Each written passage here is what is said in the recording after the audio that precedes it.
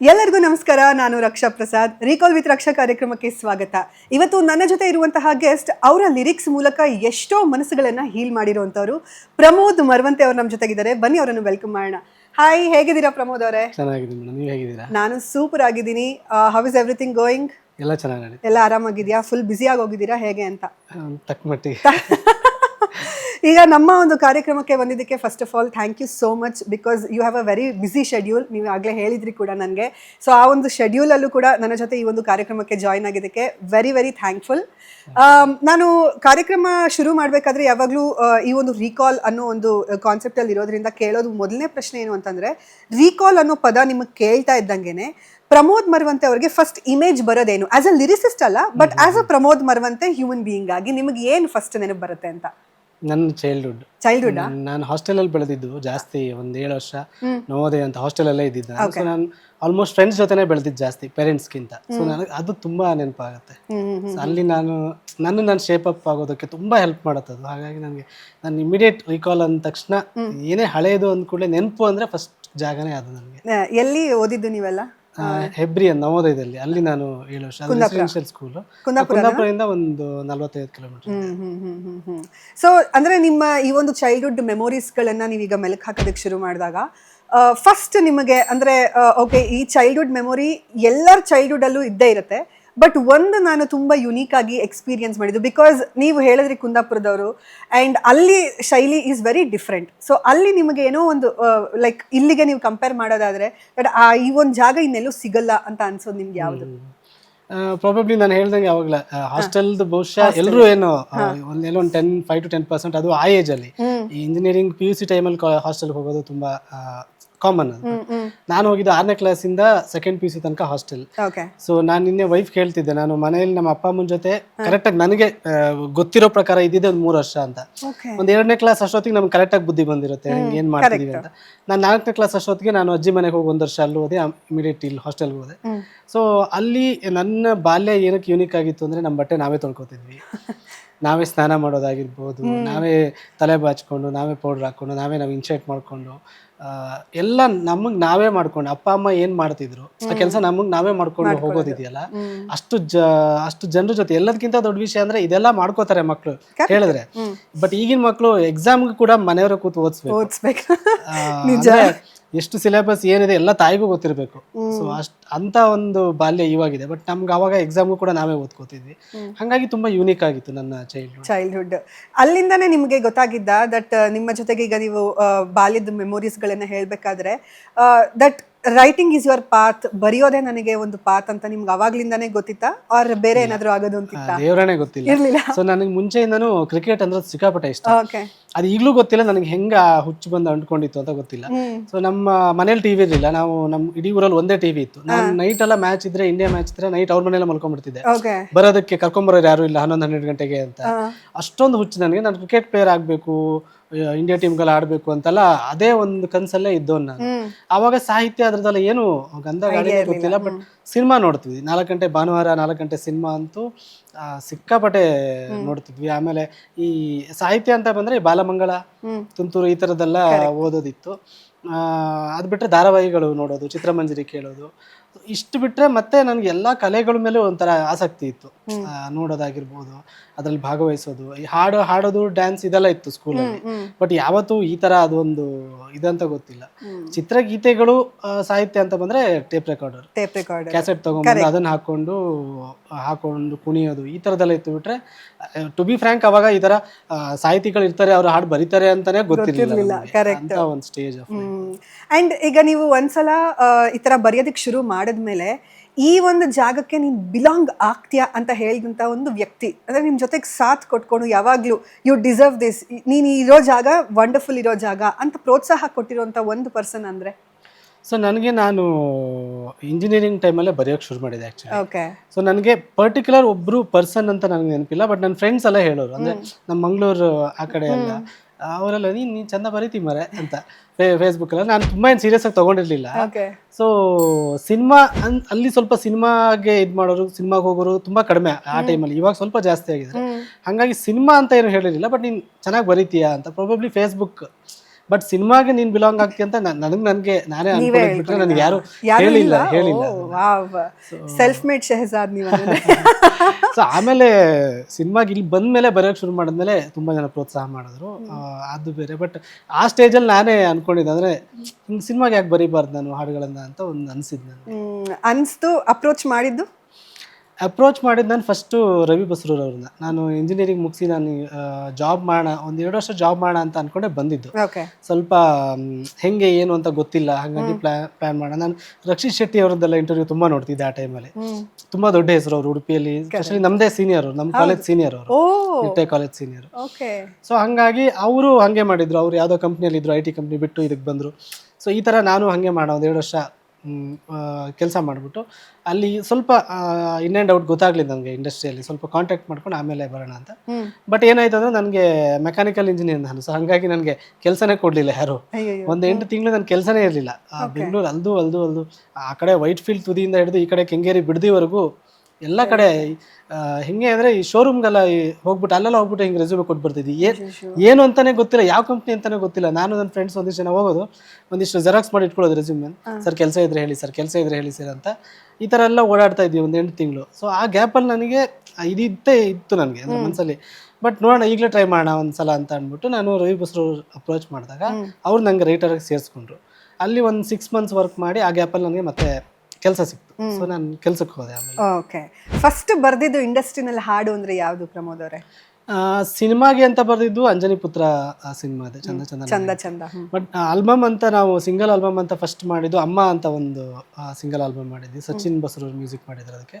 ಅದು ನನ್ನ first release, so official YouTube release. Cinema ಅಂತ ಬಂದಿದ್ದು ಅಂಜನಿ ಪುತ್ರ. ಏನ್ ಕನೆಕ್ಷನ್ ಪ್ರಮೋದ್ ಮರವಂತೆ ಅವ್ರಿಗೂ ಬಸ್ರೂರ್ ಫ್ಯಾಮಿಲಿಗೂ ಅಂತ? ಅದು ಕನೆಕ್ಷನ್ ಈಗ ರವಿ ಬಸ್ರೂರ್ ಜೊತೆ ಹೋಗಿ ಸೇರ್ಕೊಂಡಿದ್ದು. ಅದಾದ್ಮೇಲೆ ಅದೇ ಸಚಿನ್ ಬಸ್ರೂರ್ ಜೊತೆನೂ ವರ್ಕ್ ಮಾಡಿದೆ. ಆಮೇಲೆ ಹಂಗೆ ಆಗಿ ಸುಚೇತಾ ಬಸ್ರೂರ್ ಅನ್ನೋರ್ ಜೊತೆ ಮದುವೆ ಆಯ್ತು. ಅಲ್ಲ ಗೊತ್ತಾಯ್ತು ನನ್ಗೆ ಅಲ್ಲಿಗೆ ಬರ್ತೀರಾ ಅಂತ. ಸೊ ಮದುವೆ ಆಯ್ತು, ಹಂಗಾಗಿ ಆ connection. Very nice. How is she doing? ಆರಾಮ? Very nice. ಅಂಡ್ ಈಗ ನೀವು ಸುಮಾರು ಹಾಡುಗಳನ್ನ ಬರ್ದಿದ್ದೀರಾ, ಹಾಡುಗಳ ಮುಖಾಂತರ ಲೈಕ್ ನೀವು ಪರಿಚಯ ಆಗಿದ್ದೀರಾ ಎಷ್ಟೋ ಜನಕ್ಕೆ. ಬಟ್ ನಿಮಗೂ ಕೂಡ ಸಾಹಿತಿ ಆಗ್ಬೇಕು ಅಂತ ಅಂದಾಗ ಅಥವಾ ನೀವು ಬರೆಯೋದಕ್ಕೆ ಶುರು ಮಾಡಿದಾಗ ನಿಮ್ಮ ಮೈಂಡಲ್ಲೂ ಒಬ್ರು ಸಾಹಿತಿಗಾರರು ಇರ್ತಾರಲ್ಲ, who is your favourite lyricist? So ನನಗೆ ಈ ಕ್ವಶನ್ ಬಂದಾಗಲೆಲ್ಲ ನಾನು ಮಲ್ಟಿಪಲ್ ನೇಮ್ಸ್ ತಗೋತೀನಿ.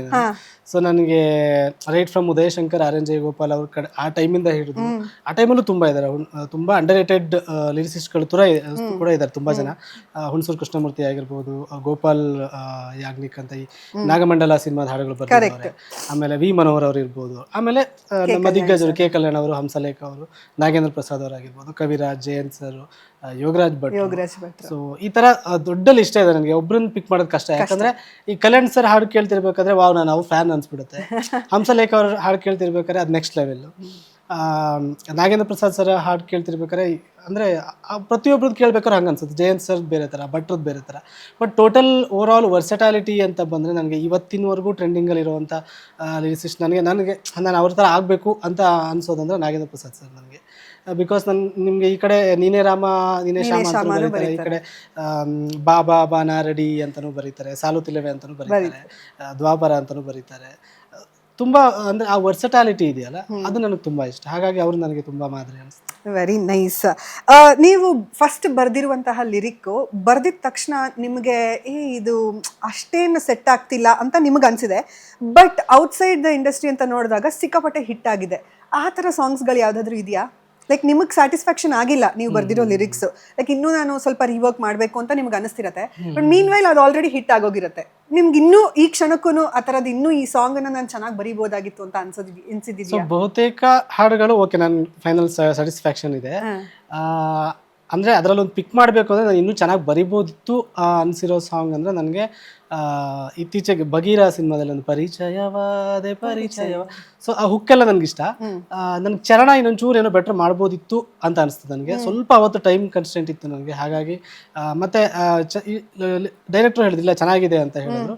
ಹಾಗಾಗಿ ಆ ಟೈಮಿಗೆ ನನಗೂ ಚೆನ್ನಾಗಿದೆ ಅನಿಸ್ತು. ಬಟ್ ಆಮೇಲೆ ಕೇಳಿದ್ಮೇಲೆ ಇನ್ನೊಂಚೂರು ಬೆಟರ್ ಮಾಡ್ಬೋದಿತ್ತು ಅಂತ ಅನಿಸ್ತು. ಸ್ಪೆಷಲಿ ನನಗೆ ಚರಣ ಪೋರ್ಷನ್ ಒಂಚೂರು ಬೆಟರ್ ಮಾಡ್ಬೋದಿತ್ತು, 4 ಲೈನ್ ಚೆನ್ನಾಗಿ ಬರಿಬೋದಿತ್ತು ಅಂತ ಅದನಿಸ್ತು ನನಗೆ. ಅದರ್ವೈಸ್ ನನಗೆ ಯಾಕಂದರೆ ನನಗೆ ಸ್ಯಾಟಿಸ್ಫೈ ಆಗೋರು ಕಳಿಸೋದೇ ಇಲ್ಲ ನಾನು. ನಾನು ಹೇಳ್ಬಿಡ್ತೀನಿ ಸರ್ ಇಲ್ಲ ಸರ್ ನನಗೆ ಇವತ್ತಿಗೆ ಕಳಿಸ್ತೀನಿ ಅಂತ ಹೇಳಿದರೆ ಸರ್ ನಾನು ಬರೀತಾ ಇದ್ದೀನಿ ನನಗೆ ಯಾಕೋ ನನಗೆ ಸ್ಯಾಟಿಸ್ಫೈ ಆಗ್ತಾ ಇಲ್ಲ ಸೊ ನಾನು ನಾಳೆ ಕಳಿಸ್ತೀನಿ ಸರ್ ಅಂತ. ಯಾಕಂದರೆ ಅದೆಲ್ಲ ಪರ್ಮನೆಂಟ್ ಡಾಕ್ಯುಮೆಂಟ್ ಥರ ಇರೋದ್ರಿಂದ ಹಾಡುಗಳು, ಹಾಗಾಗಿ ನನಗೆ ಇಷ್ಟ ಆದಮೇಲೆ ಕಳಿಸೋದು. ಅಪ್ರಾಕ್ಸ್ ಎಷ್ಟು ದಿನ ತಗೊಳ್ತೀರಾ ಒಂದು ಹಾಡು ಬರೆಯೋದಕ್ಕೆ ನೀವು? ಡಿಪೆಂಡ್ ಆಗುತ್ತೆ. ಈಗ ನಿಮಗೆ ನೀವು ಡೈರೆಕ್ಟರ್ ಬಂದು ಈಗ ನನಗೆ ಇನ್ನೊಂದು 2 ಅವರಲ್ಲಿ ಬೇಕು, ಟ್ಯೂನ್ ರೆಡಿ ಇದೆ ಅಂತ ಹೇಳಿ ಸಿಚುವೇಶನ್ ಹೇಳಿದ್ರೆ 2 ಅವರಲ್ಲೂ ಆಗುತ್ತೆ ಅದು. ಸೊ ನನಗೆ ಯಾವಾಗಲೂ ಎದುರುಗಡೆ ಕೂತ್ಕೊಂಡು ಬರೆಯೋದು ತುಂಬಾ ಇಷ್ಟ. ಡೈರೆಕ್ಟ್ ಈ ತರ ಕೂತಿದ್ರೆ, ಮ್ಯೂಸಿಕ್ ಡೈರೆಕ್ಟರ್ ಇದ್ರೆ ಅಲ್ಲಿ ಕೂತ್ಕೊಂಡು ಅದೇ ಮತ್ತೆ ನನಗೆ ಗೊತ್ತಿಲ್ಲ ಚೆನ್ನಾಗಿ ಆಗ್ತಿದೆ ಅದು ಮುಂಚೆಯಿಂದನೂ ಹಾಗೆ. ಎದುರುಗಡೆ ಕೂತ್ಕೊಂಡು ಯಾರೋ ಅವರು ಏನೋ ಇನ್ಸ್ಪೈರ್ ಮಾಡ್ತಾ ಇರ್ತಾರೆ, ಏನೋ ಹೇಳ್ತಿರ್ತಾರೆ, ಅದು ತುಂಬಾ ಬೇಗ ಆಗುತ್ತೆ. ಸೊ ಇಲ್ಲ ನಿಮಗೆ ಟೈಮ್ ಇದೆ, ಒಂದು ವಾರ ಬೇಕಾ ಟೈಮ್ ತೊಗೊಳ್ಳಿ ಅಂದರೆ ನಾನು ಒಂದಿನ ಕೂರ್ತೀನಿ. ನನಗೆ ಒಂದಿನ ಕೂತಾಗ ಏನೋ ವಾವ್ ಬಂತು ಅಂದರೆ ನಾನು ಕಂಟಿನ್ಯೂ ಮಾಡ್ತೀನಿ, ಇಲ್ಲಾಂದರೆ ಒಂದು ಹಾಫ್ ಡೇಗೆ ಸ್ಟಾಪ್ ಮಾಡಿ ಬೇರೆ ಸಾಂಗ್ ಶಿಫ್ಟ್ ಆಗ್ತೀನಿ. ಸೊ ನೆಕ್ಸ್ಟ್ ಮಾರನೇ ದಿನನೋ ಈ ಥರ. ಸೊ ಟೈಮ್ ಹೆಂಗಿದೆ ಅದ್ರ ಮೇಲೆ ಡಿಪೆಂಡ್ ಆಗುತ್ತೆ. ಸೊ ಟೈಮ್ ಜಾಸ್ತಿ ಇದ್ರೆ ಜಾಸ್ತಿ ಟೈಮ್ ತೊಗೋತೀನಿ, ಇಲ್ಲ ಅಂದರೆ ಆ ಟೈಮಲ್ಲಿ ಬೇಕು ಅಂದರೆ 1-2 ಅವರ್ಸಲ್ಲೂ ಬರ್ದಿರೋದಿದೆ. ಸೊ ಆ ಥರ 2 ಅವರ್ಸಲ್ಲಿ ಬರೆದು ಹಿಟ್ಟಾಗಿರೋ ಸಾಂಗ್ ಯಾವುದು? ಸೊ ಈ ಚಂದ ಚಂದ ನನ್ನ ಹೆಂಡತಿ ನಾನು ಫಸ್ಟ್ ಕ್ಯಾಬಲ್ ಟೈಪ್ ಮಾಡಿದ್ದು, ಕ್ಯಾಬಲ್ಲಿ ಕುತ್ಕೊಂಡು ಬರ್ದಿದ್ದು ಪಲ್ಲವಿನ. ಅದು ಸಿನಿಮಾಗೆ ಅಂತಾನೂ ಗೊತ್ತಿಲ್ಲ, ಅದು ಆಲ್ಬಮ್ ಸಾಂಗ್ ಅಂತ ಮಾಡಿದ್ದ. ಸೊ ಅದು ಹಿಂಗೆ ನಮ್ಗೆ ಅವರು ಕಳ್ಸಕ್ಕೆ ಹೇಳಿದ್ರು, ಒಂದು ಆಲ್ಬಮ್ ಸಾಂಗ್ಗೆ ಒಂದು ಟಾಪಿಕ್ ಮೇಲೆ ರವಿ ಬಸ್ರೂರ್ ಅವರು, ಅದನ್ನ ನಾನು ಕಳಿಸಿದ್ದೆ, ಹಂಗಾಗಿದ್ದು ಅದು. ಸೊ ಈ ಪರಿಚಯವಾದ ನಾನು ಹೇಳಿದ್ನಲ್ಲ, ಇದು ಒಂದು ಆಲ್ಮೋಸ್ಟ್ ಹಾಫ್ ಆನ್ ಅವರಲ್ಲಿ ಬರ್ದಿದ್ದು ಸಾಂಗ್ ಇದು. ಸೊ ಈ ಥರ ಆಗ್ತಿರುತ್ತೆ ಅವಾಗ.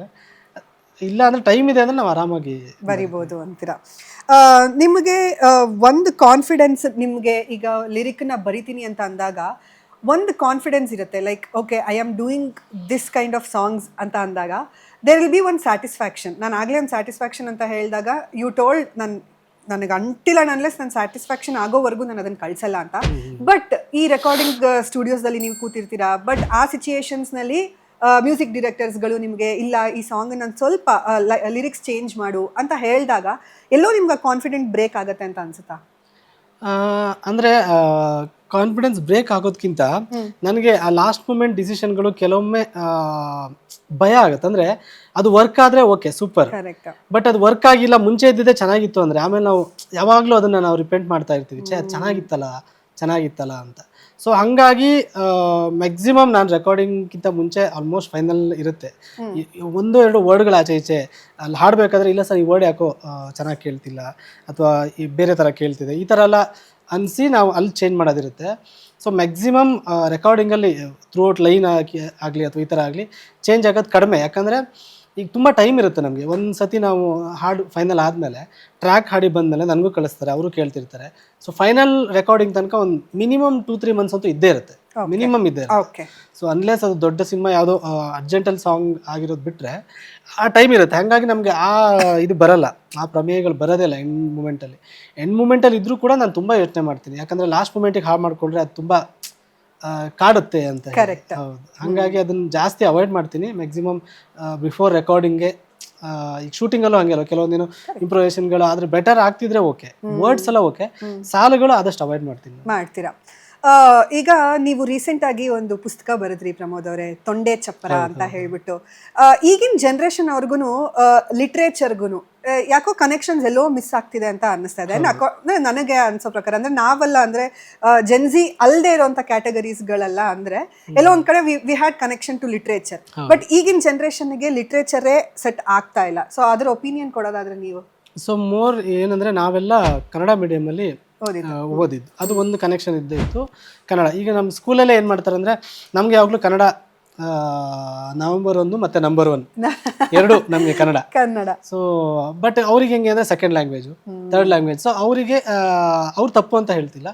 ಸೊ ನಮ್ಮ ವಿದ್ಯಾಭ್ಯಾಸದ ಇದಿರ್ಬೋದು, ಕ್ರಮ ಇರ್ಬೋದು, ಏನೋ ಕನ್ನಡ ಒಂದು ಸ್ವಲ್ಪ ಹಿಂದೆ ನಿಲ್ಲಿಸುವಂಥ ಒಂದು ಪ್ರಯತ್ನ ಆಗ್ತಾ ಬಂದಿದೆ. ಹಾಗಾಗಿ ಅವರಿಗೂ ಗೊತ್ತಿರಲ್ಲ ಅದನ್ನ. ಸೊ ಮೇಜರ್ ನನ್ನ ಪ್ರಕಾರ ಅದನ್ನ ಪೇರೆಂಟ್ಸ್ದು ಡ್ಯೂಟಿ ಇರುತ್ತೆ. ಸೊ ನಮ್ಮ ಕನ್ನಡಕ್ಕೆ ಏನು ಬೆಲೆ ಇದೆ ಅದನ್ನು ಇದು ಮಾಡೋದಾಗಿರ್ಬೋದು, ಕನ್ನಡ ಸಿನಿಮಾಗಳನ್ನು ತೋರಿಸೋದಾಗಿರ್ಬೋದು. ನೀವೇ ಮನೆಯಲ್ಲಿ ಬೇರೆ ಲ್ಯಾಂಗ್ವೇಜ್ ಸಿನಿಮಾ ಇದನ್ನ ನೋಡ್ತಾ ಇದ್ರೆ ಅವ್ರಿಗೂ ಅನ್ಸ್ಬಿಡ್ತು ಕನ್ನಡ ಅಷ್ಟೇ ನಮ್ಮ ಮಾತಾಡೋಕ್ಕಷ್ಟೇ, ಅದು ಅದ್ರ ಇಂಪಾರ್ಟೆನ್ಸ್ ಏನು ಅಂತ ಅವ್ರಿಗೆ ಗೊತ್ತಾಗಲ್ಲ. ಮತ್ತು ಸಾಹಿತ್ಯ ನಾವೆಲ್ಲ ಅವಾಗ ನಮಗೆ ಮನೋರಂಜನೆ ಅಂದ್ರೇ ಈಗ 4 ಗಂಟೆ ಸಿನಿಮಾ ಅಂತ ಹೇಳಿದೆ. 4 ಗಂಟೆ ಸಿನಿಮಾ ಭಾನುವಾರ ಒಂದು ಸಿನಿಮಾ ನೋಡಿದ್ಮೇಲೆ ನೆಕ್ಸ್ಟ್ ಇನ್ನೊಂದು ಮುಂದಿನ ವಾರದಲ್ಲಿ ಕಾಯಬೇಕು, ಇಲ್ಲೋ ಮಿಡ್ಲಲ್ಲಿ ಧಾರಾವಾಹಿ ಅಥವಾ ಚಿತ್ರಮಂಜರಿ ನೋಡ್ಬೇಕು. ಅದ್ರ ಮಧ್ಯದಲ್ಲಿ ನಮಗೆ ಕಥೆಗಳನ್ನು ಕೇಳೋಕ್ಕೆ ಇದ್ದಂಥ ಒಂದೇ ಒಂದು ಮಾಧ್ಯಮ ಅಂದರೆ ಅದು ಪುಸ್ತಕ. ಸೊ ಹಾಗಾಗಿ ನಾವು ಎಲ್ಲ ಪುಸ್ತಕಗಳನ್ನ ಕಾಮಿಕ್ ಬುಕ್ಸಿಂದ ಶುರುವಾಗಿ ದೊಡ್ಡ ದೊಡ್ಡ ಪುಸ್ತಕಗಳ ತನಕ ಓದೋಕೆ ಶುರು ಮಾಡ್ತಿದ್ವಿ. ಬಟ್ ಇವಾಗ ಅವ್ರಿಗೆ ಅನಿವಾರ್ಯತೆನೇ ಇಲ್ವಲ್ಲ. ಏನಂದ್ರೆ ಮನೋರಂಜನೆ ಅಲ್ಟಿಮೇಟ್ಲಿ ಏನೋ ಒಂದು ಖುಷಿ ಆಗಬೇಕು, ಏನೋ ಒಂದು ಕಾಡಬೇಕು, ಇಲ್ಲ ನಗಬೇಕು, ಇಲ್ಲ ಏನೋ ಬೇಜಾರಾಗಬೇಕು, ಸಮಥಿಂಗ್ ಏನೋ ನೋಡಿದಾಗ. ಅದೀಗ ನಿಮ್ಗೆ 10 ಸೆಕೆಂಡೆಲ್ಲ ಆಗ್ತಿದೆ ಅಂದಾಗ ಅವ್ರು ಏನಕ್ಕೆ ಬುಕ್ ಓದೋದಕ್ಕೆ ಹೋಗ್ತಾರೆ. ಸೊ ಅಂದರೆ ಅದು ಅವ್ರು ತಪ್ಪು ಅಂತ ಹೇಳ್ತಿಲ್ಲ, ಬಟ್ ಸ್ಟಿಲ್ ಆ್ಯಸ್ ನಾವು ಪೇರೆಂಟ್ಸ್ ಆಗಿ ಅಥವಾ ಶಿಕ್ಷಕರಾಗಿ ವಿಶೇಷವಾಗಿ ಸ್ಕೂಲಲ್ಲಿ ಕೂಡ ಸೊ ಪುಸ್ತಕಗಳ ಇಂಪಾರ್ಟೆನ್ಸ್ ಏನು. ನೀವೀಗ ರೀಲ್ಸ್ ಅದೇ 1 ಅವರ್ ನೀನು ರೀಲ್ಸ್ ನೋಡಿದಾಗ ನಿನ್ನ ಮೈಂಡ್ ಹೆಂಗಾಗುತ್ತೆ, ಸೊ ಅದೆಷ್ಟು ಡಿಸ್ಟರ್ಬ್ ಆಗುತ್ತೆ ಮನಸ್ಸು. 1 ಅವರ್ ನೀವು ರೀಲ್ಸ್ ನೋಡಿ ಆಚೆ ಬಂದು ಹಿಂಗೆ ಪ್ರಪಂಚ ನೋಡಿದಾಗ ನಿನ್ನ ಪ್ರಪಂಚ ಕಾಣೋ ರೀತಿ ಹೆಂಗೆ, ಅದೇ 1 ಅವರ್ ಪುಸ್ತಕ ಓದಿ ನೀನು ಆಚೆ ಬಂದು ನೋಡಿದಾಗ ನೀನು ಪ್ರಪಂಚ ನೋಡೋ ರೀತಿನೇ ಬೇರೆ. ಆ ಡಿಫ್ರೆನ್ಸ್ಗಳನ್ನು ಅವರಿಗೆ ಕಲಿಸ್ಬೇಕು, ಅದು ತುಂಬ ಮುಖ್ಯವಾಗಿ ಆಗಬೇಕು ಸ್ಕೂಲ್ಗಳಲ್ಲಿ. And you are talking about books, ನಿಮ್ಮ ಫೇವ್ರೆಟ್ ಬರಹಗಾರರು ಯಾರು? ನನಗೆ ಜಯಂತ್ ಕಾಯ್ಕಿಣಿಯವರು ಇಷ್ಟ. ಅವ್ರ ಸಾಂಗ್ಗಳು ಅಫ್ಕೋರ್ಸ್ ಇಷ್ಟ. ಅದನ್ನು ಹೊರತುಪಡಿಸಿ ಅವರ ಪುಸ್ತಕಗಳು ತುಂಬ ಇಷ್ಟ ನನಗೆ. ಜೋಗಿ ಅವ್ರು ಇಷ್ಟ, ಬೀಚಿ ಅವ್ರು ತುಂಬ ಇಷ್ಟ ನನಗೆ. ಆಮೇಲೆ ಭೈರಪ್ಪ ಅವ್ರು ತುಂಬ ಇಷ್ಟ, KP ಪೂರ್ಣಚಂದ್ರ ತೇಜಸ್ವಿ ಅವರು, ಆ್ಯಂಡ್ ಅಫ್ಕೋರ್ಸ್ ಶಿವರಾಮ್ ಕಾರಂತರು. ಸೊ ಮತ್ತೆ ಬೇಂದ್ರೆ ಅವರು ಕವಿತೆ ಅಂತ ಬಂದಾಗ HSV ಅವರು, KS ನರಸಿಂಹಸ್ವಾಮಿ ಅವರು, ತುಂಬ ಕೈಲಾಸಮ್ಮ ಅವರು ತುಂಬ ಇದ್ದಾರೆ, ತುಂಬ ಜನ ಇದ್ದಾರೆ. ಎಸ್, ನಿಮ್ಮ ಒಂದು ಪುಸ್ತಕದ ಬಗ್ಗೆ ಮಾತಾಡೋಣ. ಹೇಳಿ, ತೊಂಡೆ ಚಪ್ಪರ ಏನು ಕಾನ್ಸೆಪ್ಟ್ ಎಕ್ಸಾಕ್ಟ್ಲಿ ಅದು? ಸೊ ತೊಂಡೆ ಚಪ್ಪರ ನಾನು ಮೂಲತಃ ಬೆಳೆದಿದ್ದು ಈ ಶಿಕಾರಿಪುರ ತಾಲೂಕಿನಲ್ಲಿ. ನಾನು ಅಲ್ಲಿ ಗುಡ್ಡದ ಹೊಸಳ್ಳಿ ಅಂತ ಊರು, ಅಲ್ಲಿ ಬೆಳೆದಿದ್ದು ನಾನು, ನಮ್ಮ ಮನೆ ಇರೋದು ಅಲ್ಲೇ. ಸೊ ಅಲ್ಲಿ ತೊಂಡೆ ಚಪ್ಪರ ಅನ್ನೋದು, ಈಗ ಈ ತೊಂಡೆ ಕಾಯಿ ಏನು ಬರುತ್ತೆ, ಆ ಬಳ್ಳಿ ದೊಡ್ಡದಾಗ್ತಿರ್ಬೇಕಾದ್ರೆ ಅದಕ್ಕೊಂದು ಆಧಾರ ಬೇಕು. ಸೊ ಅದು ಹಿಂಗೆ ಹಬ್ಬೋದಕ್ಕೆ ಚಪ್ರ ಥರ ಮಾಡಿಬಿಟ್ಬಿಡ್ತೀವಿ, ಬಸ್ಲೆ ಚಪ್ರ ಅಂತ ಹೆಂಗೆ ಮಾಡ್ತೀವಿ ಹಾಗೆ. ಸೊ ಅದ್ರ ಮೇಲೆಲ್ಲ ಹಬ್ಕೊಂಡು ಕಾಯಿಗಳು ಬಿಟ್ಟಿರುತ್ತೆ, ಅದನ್ನು ನಾವು ಆಮೇಲೆ ಕಿತ್ತು ಸಾರು ಮಾಡ್ತೀವಿ. ಸೊ ಆ ತೊಂಡೆ ಚಪ್ರ ಬೇಸ್ ಆಗಿರುವಂಥ ಒಂದು ಕತೆ, ಅದು ಒಂದು ಕ್ಯಾರೆಕ್ಟರ್, ಆ ತೊಂಡೆ ಚಪ್ರದ ಇರುವಂಥ ಒಂದು ಅಟ್ಯಾಚ್ಮೆಂಟು, ಅದರ ಸುತ್ತಮುತ್ತ ನಡೆಯುವಂಥ ಒಂದಿಷ್ಟು ಡ್ರಾಮಾಗಳು. ಸೊ ಇದೆಲ್ಲ ನನ್ನ ಬಾಲ್ಯದಲ್ಲಿ ನಾನು ನೋಡಿದಂಥ ಒಂದಿಷ್ಟು ಇನ್ಸಿಡೆಂಟ್ ಆಗಿರ್ಬೋದು ಅಥವಾ ಪಾತ್ರಗಳಾಗಿರ್ಬೋದು, ಇದೆಲ್ಲ ಒಂದು ಮಿಶ್ರಣವಾಗಿ ಒಂದು ನನಗೆ ಯಾವಾಗಲೂ ಇತ್ತು ಬರೀಬೇಕು ನಾನು ಅಂತ. ಸೊ ಅದು ಟು ಬಿ ಫ್ರ್ಯಾಂಕ್, ನಾನು ಅದು ಜಾಸ್ತಿ ಬರೆಯೋಕ್ಕಾಗಿದೆ ಕೋವಿಡ್ ಟೈಮಲ್ಲಿ. ನಾನು ಅದಾದಮೇಲೆ ಸ್ವಲ್ಪ ನಾನು ಈ ಸಿನಿಮಾ ಕೆಲಸ ಅಂತ ಒಂದು ಸ್ವಲ್ಪ ಬ್ರೇಕ್ ಆಗಿತ್ತು, ಅದನ್ನು ಲಾಸ್ಟ್ ಇಯರ್ ನಾನು ಕಂಪ್ಲೀಟ್ ಮಾಡಿ ನಾನು ಅದನ್ನು ಆಚೆ ತಂದೆ ಪಬ್ಲಿಷ್ ಮಾಡಿದ್ರಿ. ಹೇಗೆ, how did you get the response? ತುಂಬ ಚೆನ್ನಾಗಿದೆ. ಇಲ್ಲಿ ತನಕ 1200 ಕಾಪೀಸ್ ಸೇಲ್ ಆಗಿದೆ. ಸೊ ನನಗೆ ತುಂಬ ಅಂದರೆ ಡೈಲಿ ಒಂದು ಮೆಸೇಜ್ ಅಂತೂ ಬರ್ತಾನೆ ಇರುತ್ತೆ, ಇನ್ಸ್ಟಾಗ್ರಾಮ್, ವಾಟ್ಸಪ್ ಎಲ್ಲಾದ್ರೂ ಮೆಸೇಜ್ ಬರ್ತಾನೆ ಇರುತ್ತೆ, ನಾನು ಓದಿದೆ ಅಂತ. ಸೊ ಒಬ್ಬ ಹೊಸ ಓದುಗನಿಗೆ ಇದು ತುಂಬ ದೊಡ್ಡ ಪ್ರೇರಣೆ ಇದು. ಸೊ ಹಾಗಾಗಿ ಇನ್ನೂ ಎಷ್ಟು ಜಾಸ್ತಿ ಬರೀಬೇಕು ಅನ್ನೋದು ಆಸೆ ಇದೆ. ಇನ್ನು ನೆಕ್ಸ್ಟ್ ಪುಸ್ತಕ ಬರೆಯೋ ಒಂದು ಇದರಲ್ಲಿ ಇದ್ದೀರಾ? ಶುರು ಮಾಡಿದ್ದೀರಾ? Wow, wonderful, very nice. ಇದೇ ರೀತಿ ರಿಯಲ್ ಸ್ಟೋರೀಸ್ಗೋಸ್ಕರ ರಕ್ಷಾ ಪ್ರಸಾದ್ ಯೂಟ್ಯೂಬ್ ಚಾನಲ್ ಅನ್ನ ಸಬ್ಸ್ಕ್ರೈಬ್ ಮಾಡಿ.